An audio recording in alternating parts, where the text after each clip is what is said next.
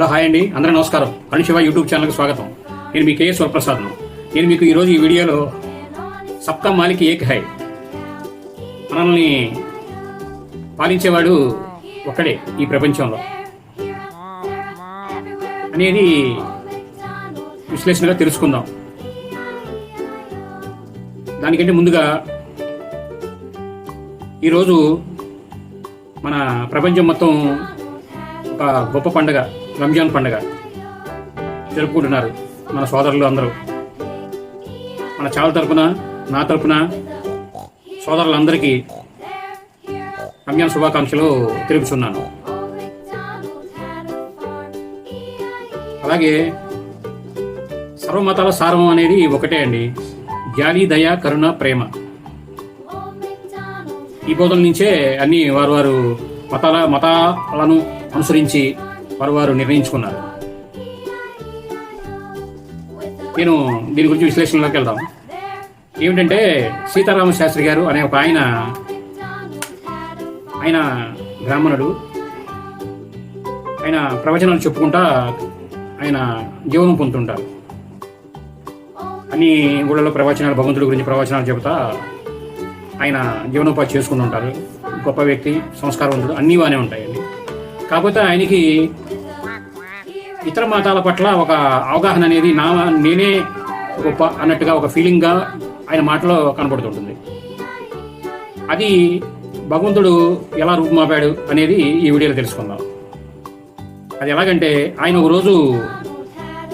ఆ రోజు ఏదో పండగ ఉపవాసం ఉండి ప్రవచనాల పని మీద ఒక చోటుకు బయలుదేరి వెళ్తుండగా ఒక ఊరు సమీపించే క్రమంలో యువతల ఒక పంచర్లేసే షాపు ఒక ఆయన, ఖాన్ గారు అని ఒక ఆయన పంచర్లేసే షాప్ నిర్వహిస్తూ పంచర్లు వేసుకుంటూ ఆయన అక్కడ ఉన్నారు.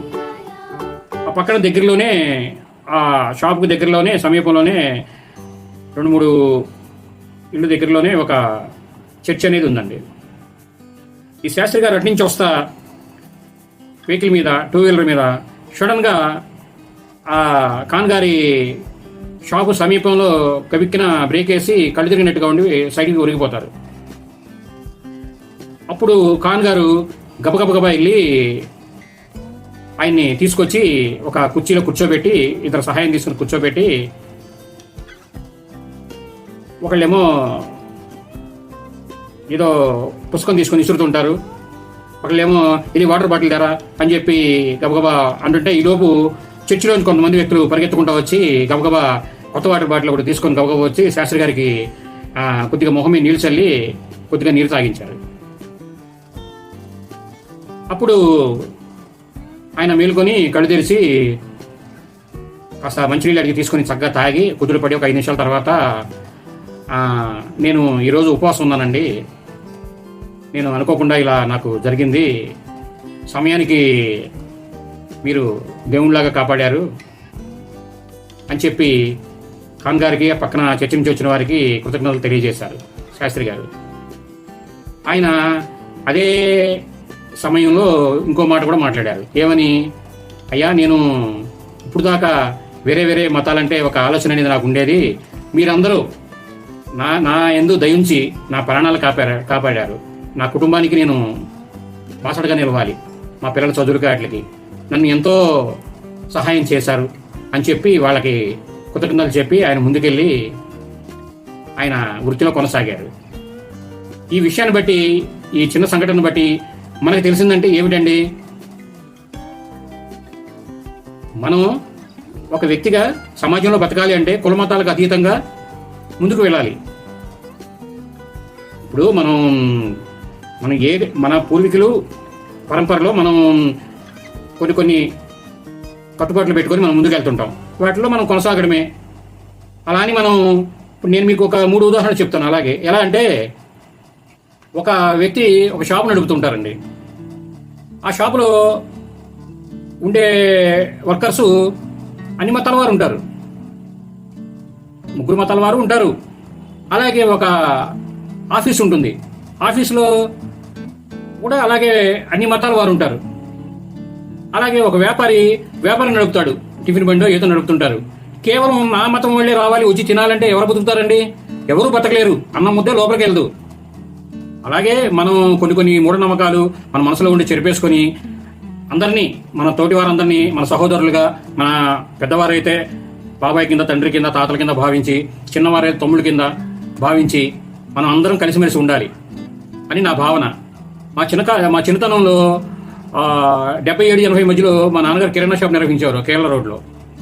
అప్పుడు ఆయన దగ్గరికి వచ్చేవారు సుశీలమ్మ గారని, నవామణి గారని, దేవప్రియం గారని. వారు క్రిస్టియన్స్. అలాగే అక్బరు, మునాఫు అని ఆయన చిన్నవారు, మా నాన్నగారు కానీ చిన్నవాళ్ళు. వాళ్ళు ఎంతో సహోదరంగా చక్కగా వాళ్ళ పండగలకి మాకు తీసుకొచ్చి అన్ని పెట్టడం, వీళ్ళు కూడా మా పండగలకి వాళ్ళు కూడా తీసుకొచ్చి మాకు ఇవ్వడం, ఎంతో ఇదిగా ప్రేమగా ఉండేవాళ్ళం. ఒక 80-70 చిల్లరలో రాను ప్రజల్లో మనసులో మార్పు వచ్చి ఇవన్నీ ఎంతోమంది అండి. మా చిన్నప్పుడు నా జర్నీలో చూసా కదా. ఇప్పుడు మతం అనేది మనకి కాదండి, మన కష్టాన్ని మనం లెగిసి మన భగవంతుడికి దండం పెట్టుకొని, ఎవరైతే ఆ భగవంతుడికి మన కష్టం మనం చేయడమే. వృత్తి, ఉద్యోగం అయితే ఉద్యోగం. అది ఎవరి కోసం చేస్తున్నామండి? మన కుటుంబం కోసం, మన కోసం, భగవంతుడి కోసం కాదు. ఇలాగే ఒక వ్యక్తి మూఢనమ్మకంగా మీ భగవంతుడు నైవేద్యాలు పెడతారు, మీ భగవంతుడు తింటాడా ఏంటి అని ప్రశ్నించాడు అతన్ని. అప్పుడు ఆయన ఏం సమాధానం ఇచ్చారంటే, పెద్దవారు, అయ్యా మీ అబ్బాయో అమ్మాయో అమెరికాలో ఉంటారు, మీరు ఇక్కడ నుంచి ఫోన్ చేస్తారు, వారు అక్కడ రింగ్ అయ్యి తీసి మాట్లాడతారు. ఎలా మాట్లాడుతున్నారండి అంటే, ఒక సాధనం ద్వారా ఆకాశంలోకి వెళ్ళి శాటిలైట్ ద్వారా అక్కడి నుంచి ఎక్కడో ఉన్న అమెరికాలో ఉన్న వారి బంధువులకు, కొడుకో కూతురుకో వెళ్ళి మాట్లాడుతున్నారు. మనం అంతే, మనం భగవంతుడికి భక్తితో సమర్పిస్తాం. అది అక్కడున్న తినాలనే ఉంది, అది భగవంతుడు తినాలనే ఉందండి. ఆయన అదృశ్య రూపంలో అదృశ్య రూపంలో వెళ్ళి కాలనే తెలియలేదా? అలాగే ఆయన ఉదాహరించారు. నాకు అంశం కరెక్టే. మరి ఇప్పుడు తింటారా అనేది అది మన నమ్మకం. అలాగే ఏంటంటే ఒకరికొకళ్ళు అదని ఇదని మనం ఒకరికొకళ్ళు అనేది పెట్టుకోకుండా సర్వమత సామరస్యంగా సహోదరులుగా జీవించాలని నా అనుభవంగా ఈ వీడియో చూసిన వారందరికీ తెలియజేస్తున్నాను. నేను ఈ వీడియోలో ఎవరి పట్ల అన్నా తప్పుగా మాట్లాడితే వాళ్ళు నన్ను క్షమించండి. ఇది నా వ్యక్తిగత అభిప్రాయం, నా అనుభవంగానే నేను చెప్పాను. ఈ వీడియో మీరు పూర్తిగా చూసినందుకు ధన్యవాదాలు. నేను మరిన్ని వీడియోలు చేయడం కోసం లైక్ చేయండి, షేర్ చేయండి, తప్పకుండా సబ్స్క్రైబ్ చేసుకోండి. నమస్తే అండి. Thank you.